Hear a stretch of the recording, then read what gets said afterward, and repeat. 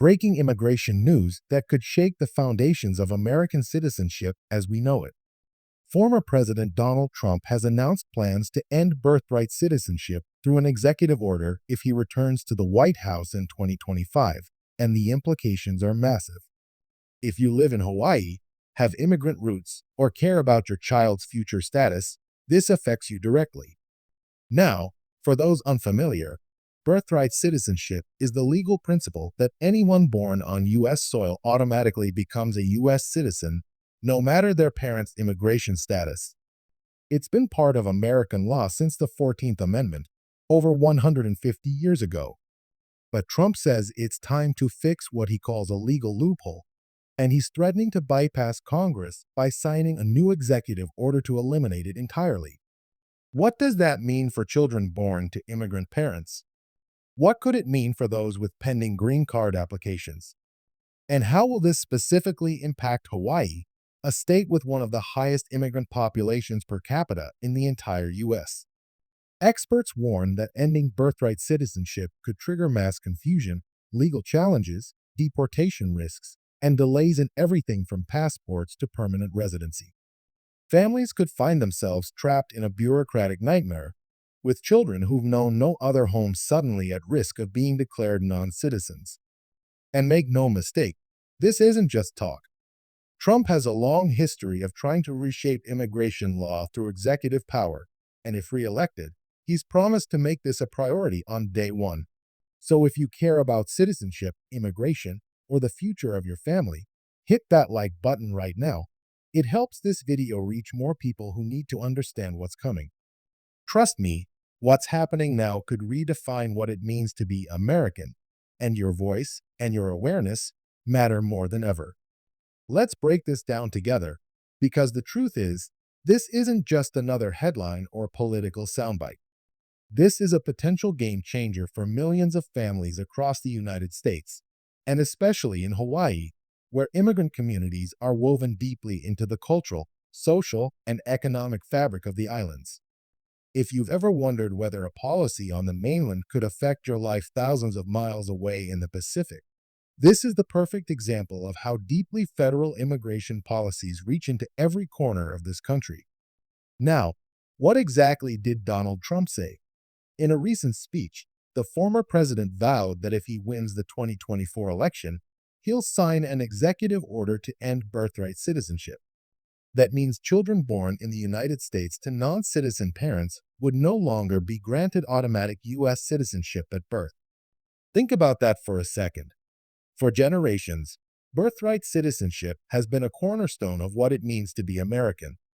It's been accepted law under the 14th Amendment to the Constitution since 1868. But now, Trump is once again pushing to dismantle that constitutional right, and he's saying he can do it unilaterally with the stroke of a pen. His argument? He claims the U.S. is the only major country that grants automatic citizenship to children of undocumented immigrants. He says it's being abused, that it's creating what he calls anchor babies and encouraging people to cross the border just to give birth. But that's where things start to get murky, because the reality is, the U.S. isn't alone in offering birthright citizenship, and the Constitution doesn't exactly leave room for personal interpretation, at least not in the eyes of legal scholars. Now let's talk about how this specifically affects Hawaii. You see, Hawaii is unique. It's not just geographically distant from Washington, D.C., it's also one of the most ethnically and culturally diverse places in the entire United States. Roughly 1 in 5 residents in Hawaii is foreign-born. Many families have roots in the Philippines, Japan, Korea, Micronesia, Samoa, and other parts of the Pacific and Asia. Many households are multi-generational. Many parents are immigrants, but their children, born right here in the islands, are U.S. citizens. Or at least they are for now. If Trump's plan were to go into effect, it could mean that families in Hawaii, families who've lived here peacefully for decades, suddenly find themselves facing a future where their children's citizenship is questioned. Think about the chaos that could create. A child born at Queens Medical Center or Maui Memorial, who today is a citizen with a birth certificate and social security number, could suddenly be viewed as a non-citizen because their parents weren't legal residents. Schools would be confused. Hospitals would be overwhelmed. Immigration lawyers would be flooded with cases. It would throw entire communities into legal and emotional uncertainty overnight. And it wouldn't just stop at citizenship status. Once you remove birthright citizenship, you open the door to a massive ripple effect. Green card eligibility could change. Family-based immigration pathways might get more restrictive. Even things like access to public benefits, school enrollment, and employment rights could become more complicated. Let's not forget, citizenship determines your legal standing. And if that standing is suddenly unclear, everything that depends on it becomes unstable. Now, some of you might be thinking, can a president even do that? Doesn't the Constitution protect birthright citizenship? And you'd be right to question it. The 14th Amendment states that all persons born or naturalized in the United States and subject to the jurisdiction thereof are citizens. That has long been interpreted to mean anyone born on U.S. soil, regardless of their parents' immigration status, is a citizen. This isn't just some political tradition, it's constitutional law that's been upheld for more than 150 years. But Trump and his legal team argue that undocumented immigrants aren't subject to the jurisdiction of the United States in the same way citizens or legal residents are. That's a legal stretch that many constitutional scholars flat out reject. Most legal experts say any attempt to change birthright citizenship would require a constitutional amendment, not an executive order. But Trump has made clear he's not waiting for Congress. He wants to do it himself, immediately, if he gets back into power. And let's not underestimate him. During his last term, he pushed executive authority to the limit in many areas, and this time, he's promising to go even further.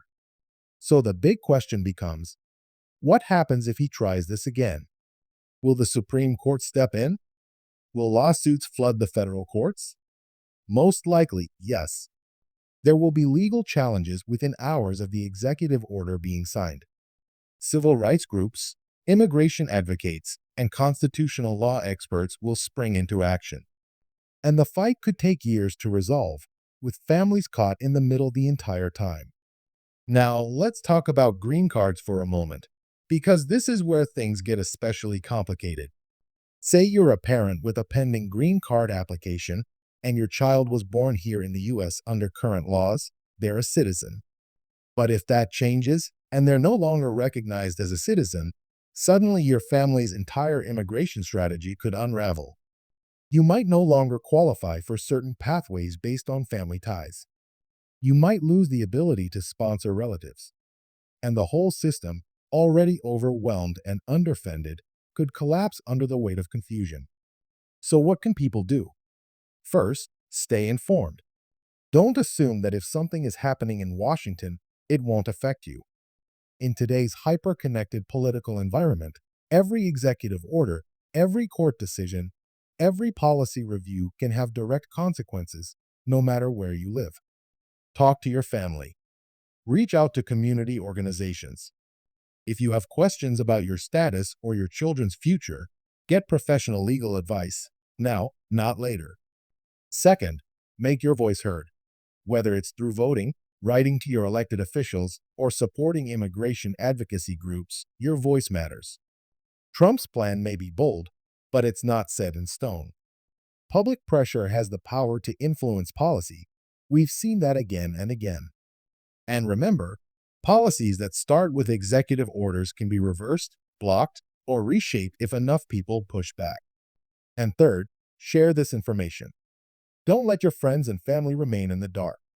A lot of people still don't fully understand what birthright citizenship is or how fragile their child's legal status might become under a different administration. This is the time to start talking about it, over dinner, at church, at school meetings, anywhere you connect with your community. Now, to be clear, this isn't about fear-mongering. It's about awareness. It's about preparation. Because the more you know, the better you can protect your rights, your family, and your future. Whether you're a parent applying for a green card, a grandparent with U.S.-born grandchildren, or a young adult trying to figure out your path forward, this is your fight too. At the end of the day, this debate over birthright citizenship isn't just about immigration. It's about what kind of country we want to be. Do we want to be a nation that honors its constitution, that protects families, that welcomes the next generation with open arms? Or do we want to go backwards, stripping people of rights they've held for over a century? That's the choice we face. And while politicians debate, it's real people, real families, who will live with the consequences. So let's stay alert. Let's stay informed. And most importantly, let's stand together. Because citizenship should never be a political pawn. And every child born in the United States deserves to be treated with dignity, fairness, and respect, no matter who their parents are.